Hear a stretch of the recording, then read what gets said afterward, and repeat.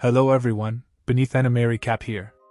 Last time we were introduced Mashle Burndead, a human with no magic, but with extraordinary physical strength. Mashle headed to the main city after his father Regro Burndead has left the house. Despite his father's strict instructions not to head to the city without him, due to the fact that people with no magic are sentenced to death in this world, Mashle still goes to the main city to acquire goblin cream puffs. When Mashle's hood is swung by the wind, his unmarked face is revealed to everyone around him. Brad Coleman, the chief of the Bureau of Investigation and a member of the police special forces, receives a call about this incident and immediately heads over to the center of the city. When Mashle is confronted by Brad, Regro intervenes, taking Mashle on his shoulders and running away. It is not long before Brad Coleman catches up to them. When Brad inquires about the whereabouts of Mashle, Regro refuses to give them any information about him. As Brad is about to blast Regro with his spell, Mashle bursts through the door, punching an officer in the face, sending him flying into the forest. Brad casts multiple spells, which Mashle easily counters with his bare hands. Brad understands that Mashle is stronger than him, and offers a deal to join the Magic Academy, in order to become the Divine Visionary and live happily with his father. Mashle agrees, and easily beats all of the entrance exams, succeeding in becoming a student at the Easton Magic Academy. The fourth episode begins with Tom giving Mashle a motivational speech about how bamboos are strong and supple, as well as have the ability to survive any climate. When Tom flies up in the air to get back to the match, he is knocked to the ground by a member of the enemy team, breaking his arm in the process. Tom states that what matters is not winning, but giving it your best shot. Mashle is moved by his captain's words, and leaps into the air with his broom. Mashle manages to stay in the air by swinging his legs at a breakneck pace, which astounds everyone. After requesting the ball from his teammate, Mashle begins scoring repeatedly by rotating the ball at the last second before launching it and making it return to him, much like a boomerang. Mashle's team wins the duello match with a world record of 999 points, crowning Mashle as the MVP, and making him the most popular student in the school. Mashle's team is rewarded with silver coins for their victory. At night, we witness an odd individual with blue hair, promising to take down Mashle as he is his next target. Mashle is seen with his new friends at class, when he is confronted by the figure with the blue hair. His name is Lance Crown, a student with 2 markings on his face, signifying that he possesses immense magical powers. We learn that the more markings a person has, the more powerful they are, and only 1 in 100,000 people are rumored to have 2 markings on them.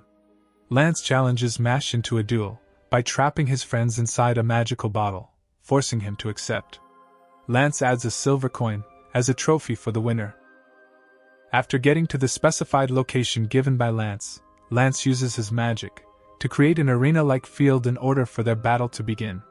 Just as Mashle is about to punch Lance in the face, Lance brings Mashle down to the ground by using his gravitational magic. Lance states that no human is able to stand against the pull of his gravity magic. Mashle tells Lance that he does not need to stand to attack him. Mashle then punches a hole on the ground, pulling roots from the earth, making Lance dodge his attack. When Lance uses his gravity magic again, Mashle appears unaffected, hitting Lance with his strikes. Lance cannot believe that a human being can travel within his gravitational field, and he wonders if Mashle is a human or a monster. Mashle inadvertently pulls Lance's necklace and discovers a little girl's picture. Mashle first mistook Lance for a pervert, but Lance informs Mashle that the picture is of his younger sister. We learn that Lance's sister suffers from a rare sickness that progressively drains her magical power away from her. Lance's parents notify him that his little sister would be taken away from them by the government and executed in 5 years, since individuals without magic are sentenced to death. Lance had no option but to become the Divine Visionary in order to modify the laws and save his sister. Lance resorts to hurling the bottle down a cliff and accelerating it with his magic, urging Mashle to choose between losing and protecting his friends. Mashle says that such options do not exist for him. Mashle performs a move called hamstring magic, to instantly teleport away into thin air before reappearing in front of Lance again. Mashle realizes that the bottle is a decoy. After retrieving the actual bottle, Mashle understands that Lance is not a bad guy, and declares their battle a draw. When Lance inquires as to why he wants a draw, Mash tells him that he's not good at being rational, as he is always klutzy. Which were the same words Lance's little sister said about him when they were young. Lance agrees on the draw offered by Mash, giving away his silver coin as he promised. Mash wonders who would have won the duel, if they had fought for real. We then learn that there are 3 dorms at the Easton Magic Academy, each being a rival to the other. Every student is assigned a dorm, based on their character traits. Orca represents knowledge and willingness, Lang represents talent and desire, and Adler represents courage and conviction. Each student has to put their hand on a talking unicorn skeleton in order to be assigned to a dorm. The unicorn is able to visualize someone's mind by simply touching them. When Mash's turn comes, the unicorn only sees cream puffs and nothing else, so Mash is assigned to the Adler dorm. Mash and Finn have been assigned to room 302 at the Adler dorm. Mash attempts to calculate how many more coins he has to earn before receiving a golden coin, but fails, so Finn informs him that he just needs 3 more coins. After a little while, Finn remembers that they have not yet completed their potion homework, indicating that failing an assignment will significantly influence their grade, to the point of failing the class entirely. Lance walks into their room and scolds them for being so careless and lazy. Lance mocks them for being slackers, and forgetting about such an important assignment. Mash then walks up to Lance, and shows Lance the picture of his little sister present in Lance's necklace, which sends Lance flying into the wall, getting knocked unconscious. The following scene shows Lance lending a helping hand to Finn and Mash in producing the potions for their assignment, instructing them to use a spell called Quientus, to put a mandragora to sleep, which is the main ingredient in this potion. After some struggle, Finn succeeds and is pleased with the outcome, thanking Lance for his assistance. Mash's mandragora, on the other hand, has grown exponentially in size, becoming an aggressive, enormous mandragora. Mash leaps into the air, avoiding the mandragora's strike and putting it to sleep with a single slap. Lance then demonstrates to Finn and Mash how to make a mandragora potion, advising them to look closely and copy everything he does. Mash makes an attempt to replicate what Lance did, but fails, and ends up making a cream puff instead. When Lance asks him to try again, this time with his supervision, Mash still ends up making cream puffs, and nothing else. Lance can't believe his eyes and wonders how this is even possible, despite the fact that he was there to witness each of Mash's movements. Right after that, we observe a person with red hair colliding with a group of students, which results in an altercation. He asserts to be the main character and the focus of attention, referring to other people as worthless side characters.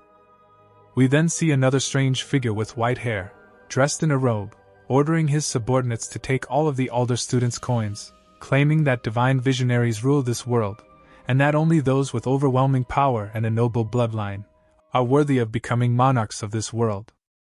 The next day, students are escorted to a forest for their class, which consists of eliminating scorpions present in the woodland.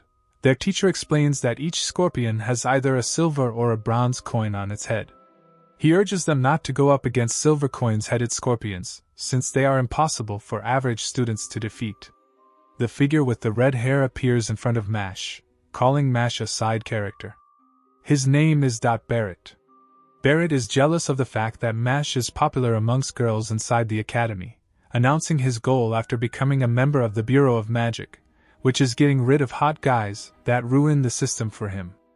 A student named Silva Iron appears out of nowhere behind Mash, telling Mash that he likes to put down people who think they're better than others, for them to beg for mercy. Silva then casts a spell which knocks Mash to the ground. Mash is upset, however Lance holds Mash back from fighting him. Lance explains that this student is infamous for misconduct, as well as having injured multiple teachers and students he does not like. He, however, is kept inside the academy for his exceptional talent in magic.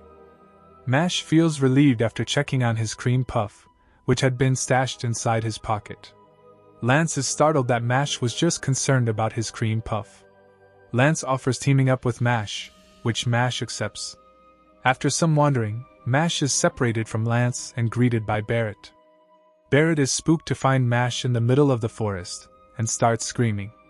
Mash slaps him, inquiring Barrett to shut up. When Barrett is about to start a fight with Mash, they hear a woman's cry for help in a distance. When they rush over there, a student is observed threatening a female, who is quickly taken out of commission by Barrett, who uses his incendiary magic on the student to bring him down. When the girl thanks Barrett for saving her, he gets nervous as he feels her delicate touch on his hands. After they sit down on a log, they learn that the girl's name is Lauren Cabas. Lauren seduces Barrett easily, by using her magic, making him fall in love with her. We discover that Lauren uses her magic to make anybody who's slightly attracted to her blindly fall in love with her.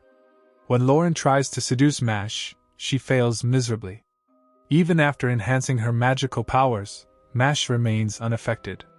When Barrett inquires as to why that student was attacking her, Lauren informs them that Silva has been stalking her, sending his classmates to survey every one of Lauren's moves, thinking that he might be after her magical power, as she starts crying to Mash and Barrett for help. Barrett promises to Lauren that he will take care of Silva, in order to free her from his grasp. Just as Barrett finishes his sentence, Silva attacks the group from behind. Silva asks Barrett about how he would be taking him out, considering that Barrett is weaker than him. Barrett then summons a barrage of fireballs, which are launched on Silva. When the smoke starts dissipating, Barrett sees that his attack did not even shatter Silva's iron wall. Silva then launches a quick attack, which knocks Barrett to the ground, making Barrett realize the immense omission in power that is between the both of them. Thank you for watching. Please leave a like to the video, and subscribe to my channel. I would really appreciate it a lot. I love you all, and I hope you have an amazing day.